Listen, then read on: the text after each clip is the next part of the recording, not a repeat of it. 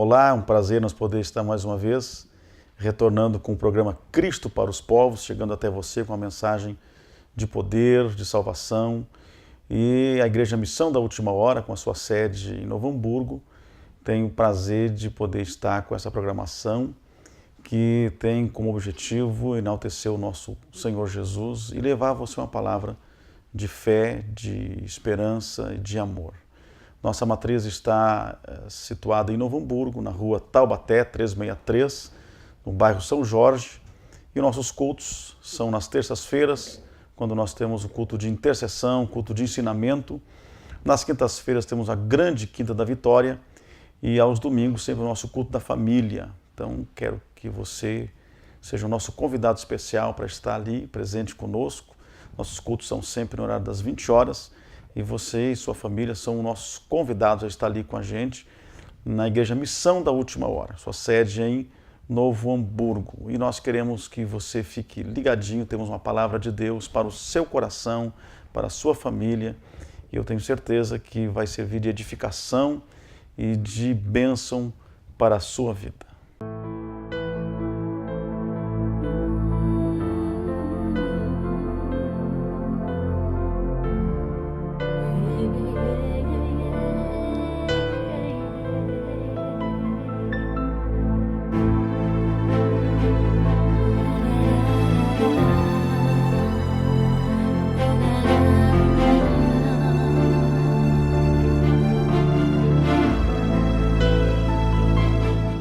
Quero deixar um texto para a sua meditação, que está no Evangelho de São Marcos, no capítulo 9, a partir do versículo 18.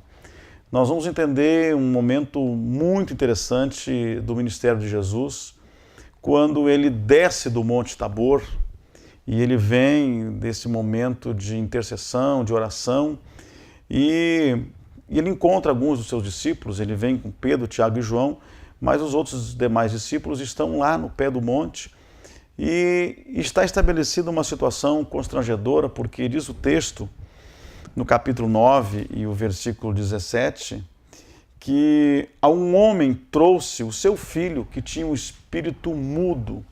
E ele, na expectativa, na esperança de encontrar Cristo, ele não encontra, porque Jesus estava no monte em oração, mas ele entrega essa situação à mão dos seus discípulos. E o texto de São Marcos, capítulo 9, vai relatar que os discípulos de Jesus não puderam expulsar esse demônio, esse espírito que estava na vida desse moço, já de um adolescente. E é interessante dizer que este homem sai de casa com o seu coração na esperança de resolver o seu problema. Ele sai exatamente de casa com a esperança de que ele vai achar uma solução para o seu filho. E a verdade é que esse homem tem um momento de profunda frustração, de uma grande decepção. E então, quando Jesus se aproxima, então, já dos discípulos, da multidão que está ao redor daquele pai e daquele filho, Jesus então diz a ele: traga esse moço até mim.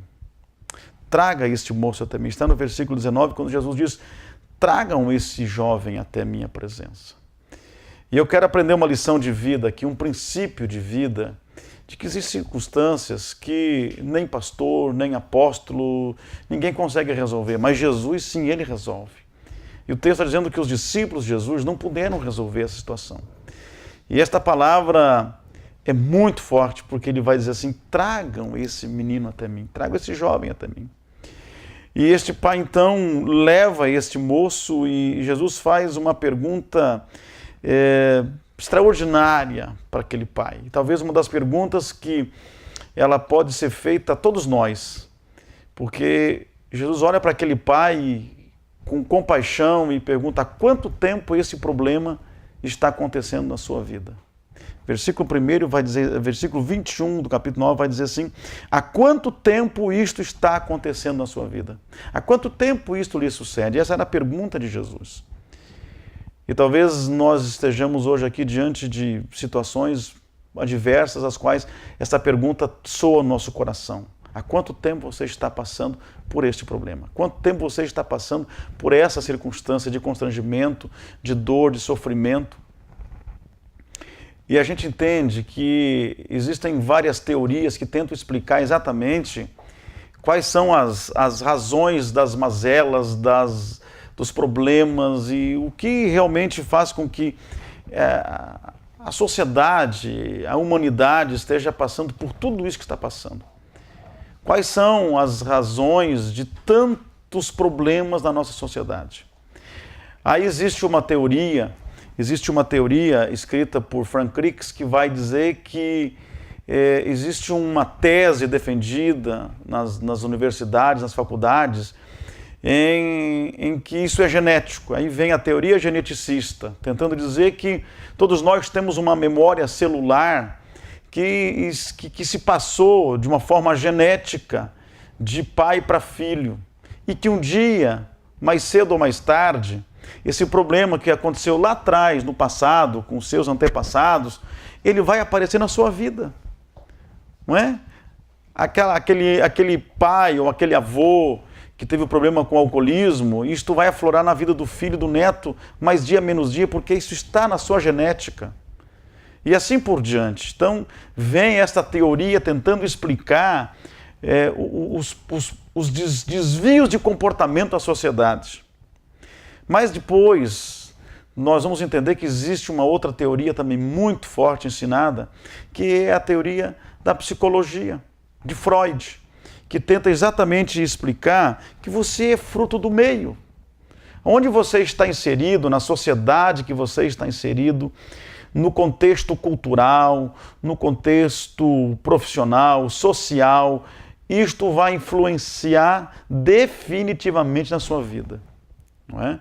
Então você é produto do meio, você vai ser influenciado pelas pessoas que estão ao seu redor.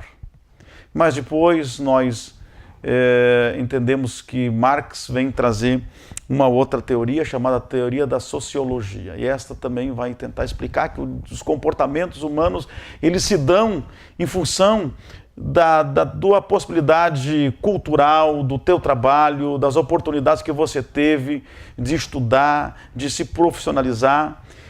O que isso quer dizer com isso, pastor? Eu estou dizendo que essas teorias, essas teses, elas vêm justamente tentar explicar os desvios de comportamento que as pessoas hoje estão mostrando e apresentando no dia a dia, que nós ligamos a televisão, ligamos o rádio, abrimos um jornal, acessamos qualquer mídia, nós vemos todos esses desvios de comportamento acontecendo na sociedade. E se nós fôssemos medir a vida de Jesus por essas teses, nós fôssemos tentar mensurar, enquadrar Jesus dentro dessas teses, nós iríamos ver que nenhuma delas permanece em pé.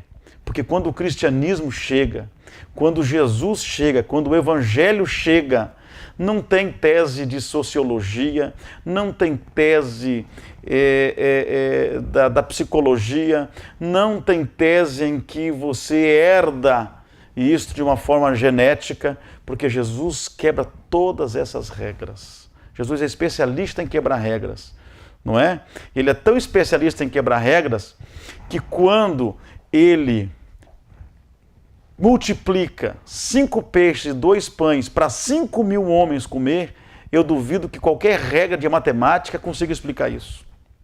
Quando ele caminha 6 quilômetros por sobre as águas do mar da Galileia, eu duvido que qualquer regra da física consiga explicar isso.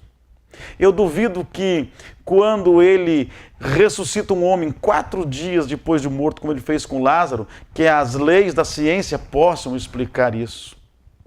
Eu duvido que alguém possa explicar como se transforma a água em vinho.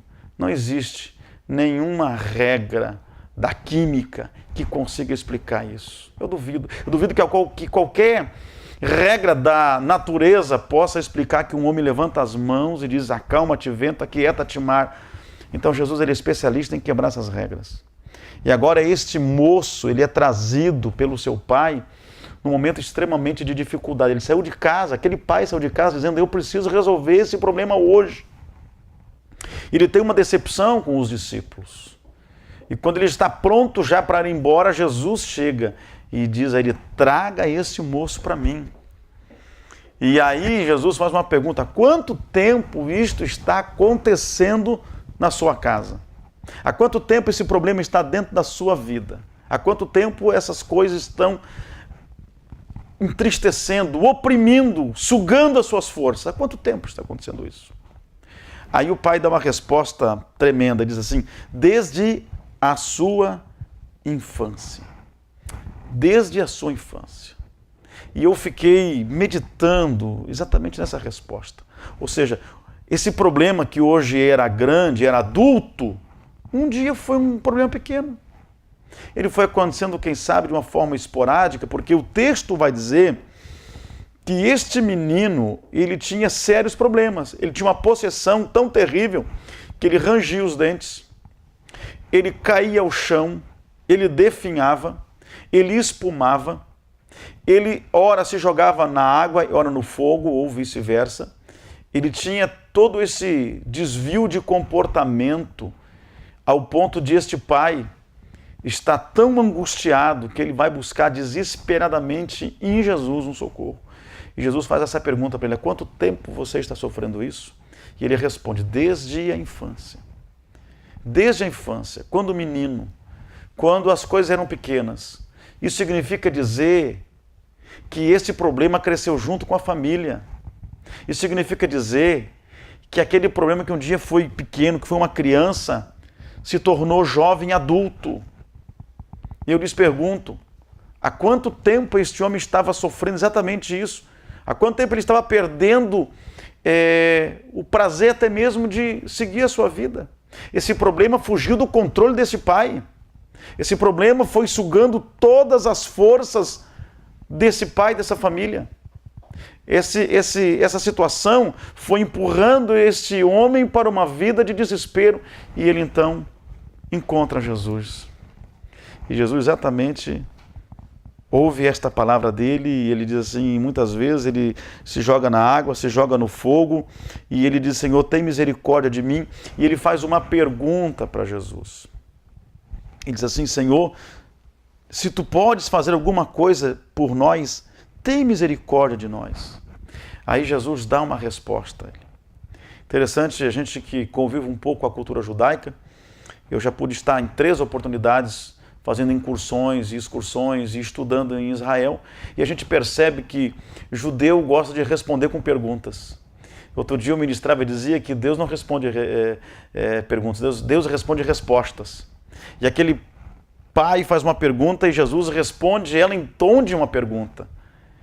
É como se Jesus não estivesse muito confortável com aquela pergunta, como que dizendo: se tu pode fazer alguma coisa por nós, tem misericórdia. E aí Jesus diz: se tu podes crer nisso. Está vendo a resposta dele? É em tom de uma pergunta. Se tu podes crer nisso. Se tu podes crer nisso. Aí Jesus, ele complementa a resposta no versículo 23, diz: tudo é possível ao que crê. Esta resposta de Jesus, ela vem em 2 tempos.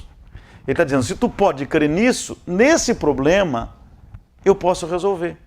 Mas eu quero dizer para você que o meu poder, a minha obra, não fica apenas nesse problema. Eu posso resolver todos os demais que você tem.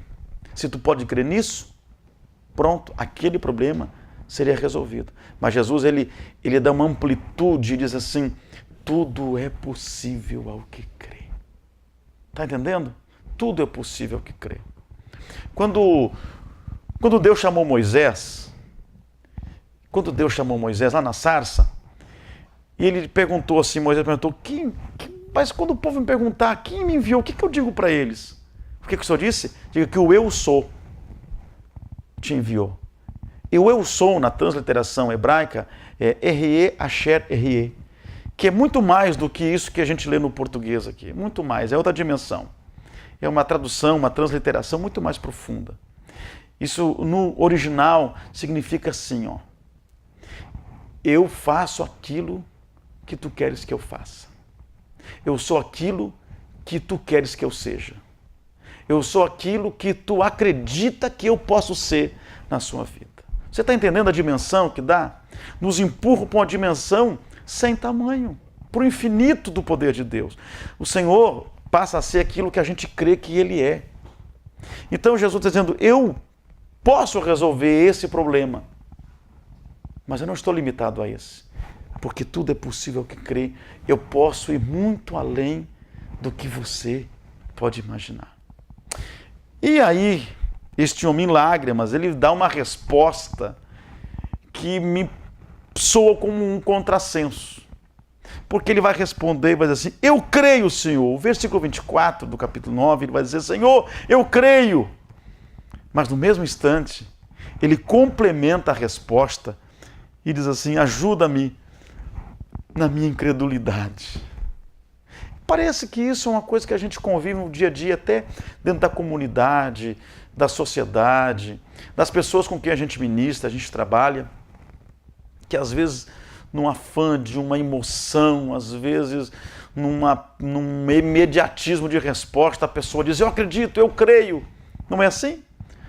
Eu sei que eu vou vencer.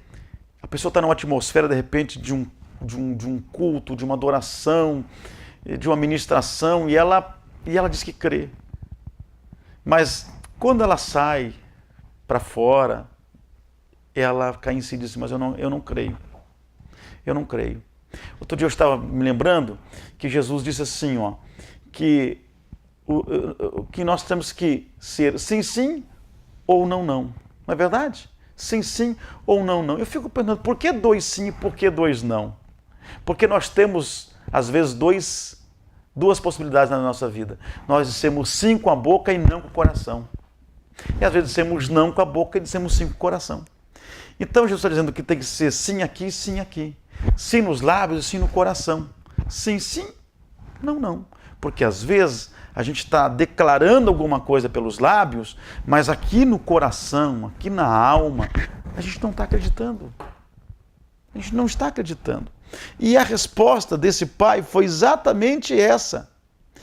Eu creio, Senhor. Mas ele parou e pensou um pouquinho e chegou à conclusão. Ajuda-me na minha incredulidade. Eu não consigo acreditar que eu vou ter vitória. Vocês entenderam? Aí Jesus ele faz algo extraordinário. Jesus, vendo toda aquela multidão que se aglomerava, Jesus queria fazer um milagre, porque havia momentos que Jesus fazia milagres de uma forma mais oculta, não é? Mas havia momentos que Jesus esperava a multidão se aglomerar para fazer o milagre. E aqui é uma situação em que ele espera a multidão se aglomerar.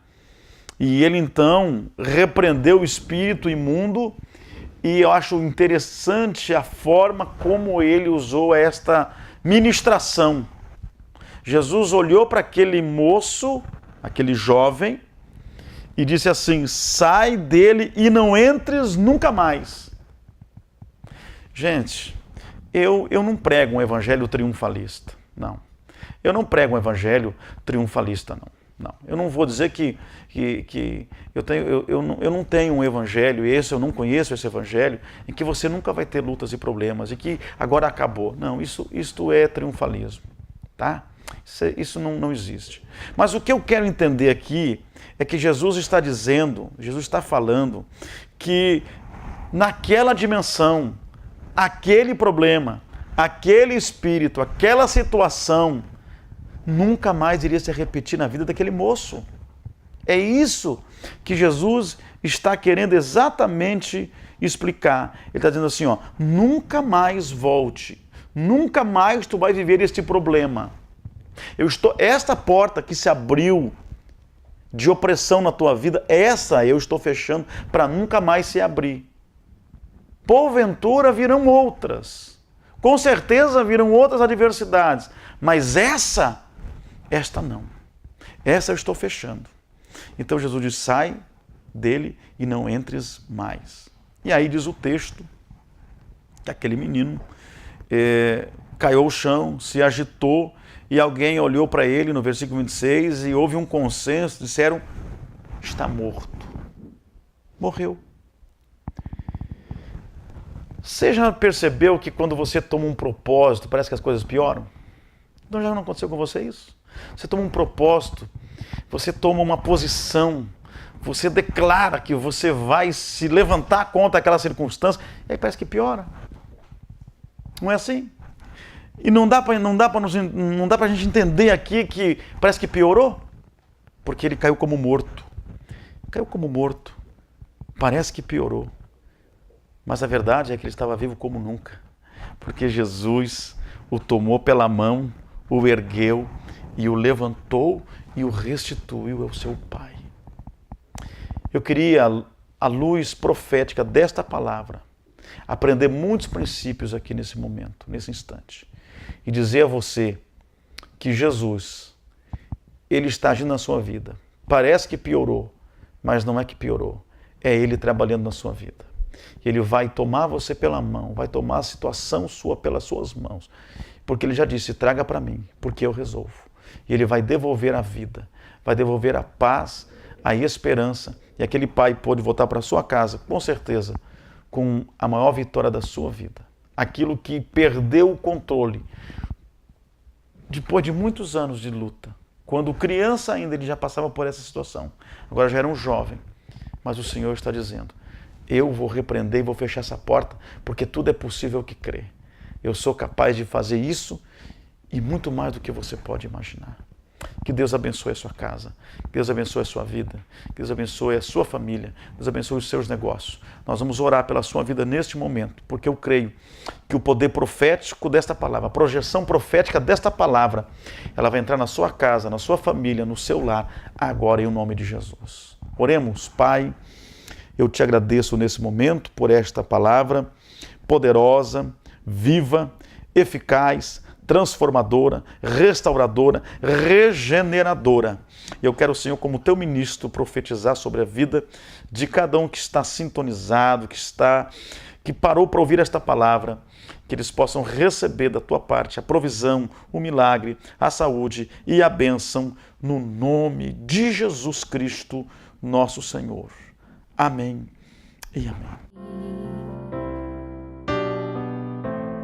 Adonai, Abba Pai, este cálice eu vou beber, nascerá um novo olhar, porque não vou desistir.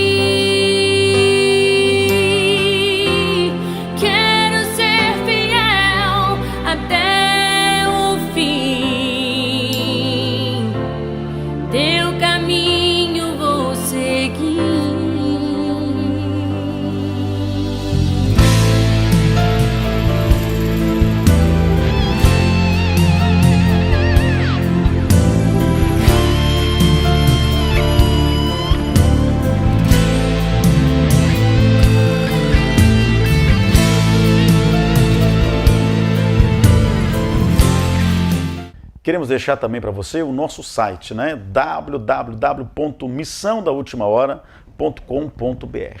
Vamos lá? missãodaultimahora.com.br. Lá você pode acessar o nosso site e você acompanhar nossos trabalhos, ver ali nossas congregações. Missão da Última Hora está sediada em Novo Hamburgo, na rua Taubaté, número 363, no bairro São Jorge, em Novo Hamburgo. Nossos cultos são nas terças, nas quintas e nos domingos. Nos sábados também temos o culto da mocidade lá em nosso templo. Todos os cultos nossos são no horário das 20 horas. Eu queria muito que você pudesse estar com a gente lá, nos visitando, ouvindo uma palavra de reflexão, de edificação, de vitória para a sua vida. E este programa que vem ao ar é o programa Cristo para os Povos. Por que, pastor, Cristo para os Povos? Porque o Cristo para os Povos é um departamento de missões, onde nós estagiamos missionários, nós enviamos eles para muitos lugares, nós já abrimos mais de 50 frentes de trabalho missionária que nós sustentamos. Nós temos missionários na Argentina, temos missionário na África, no Quênia, né? Então, a Missão da Última Hora chega até você através do programa Cristo para os Povos. e nós gostaríamos muito que você pudesse estar conosco em algum dos nossos cultos. E nós queremos dizer a vocês que agora nos dias 5 e 6 de setembro, eu vou começar a anunciar isso em todos os programas, nos dias 5 e 6 de setembro, nós vamos ter um grande congresso geral do Círculo de Oração da nossa igreja. E vai ser lá em Santa Maria. Você entra no nosso site, você vai poder pegar lá os dados, o endereço, e vai ser uma grande festa, um grande evento, e você não pode deixar de participar com a gente. Vamos para o coração do Rio Grande, vamos a Santa Maria, e lá você vai poder participar com a gente desse grande culto, né? Então, na rua Taubaté, 363, bairro São Jorge, eu vou bater nesse endereço para você gravar e você visitar a gente, né? Lá em Novo Hamburgo, no bairro São Jorge, nossa missão já está lá há 27 anos, né? 27 anos que ela nasceu, e hoje ela se estende por mais de 60 cidades, por mais de 60 municípios, e agora nós estamos chegando com esse programa de televisão para poder divulgar o Evangelho, divulgar a palavra de Deus. Eu amo a minha denominação, eu amo o ministério que o Senhor Deus me deu, mas eu não estou aqui para proclamar placa nenhuma de denominação. O que eu quero é levar o Evangelho, a palavra transformadora de Jesus para o seu coração. E eu espero você na próxima programação. Você é o meu convidado a parar para ouvir a palavra, ouvir a mensagem. Nós vamos trazer alguns clipes de algumas viagens nossas a Israel. Quero trazer algumas curiosidades sobre Israel, a Terra Santa. Eu tenho certeza que você vai ficar surpreso de saber coisas que a gente aqui não conhece, não sabe, mas que a gente vai lá e extrai coisas extraordinárias para a edificação da nossa fé. Deus abençoe a todos, um forte abraço e até o próximo programa, na paz do Senhor.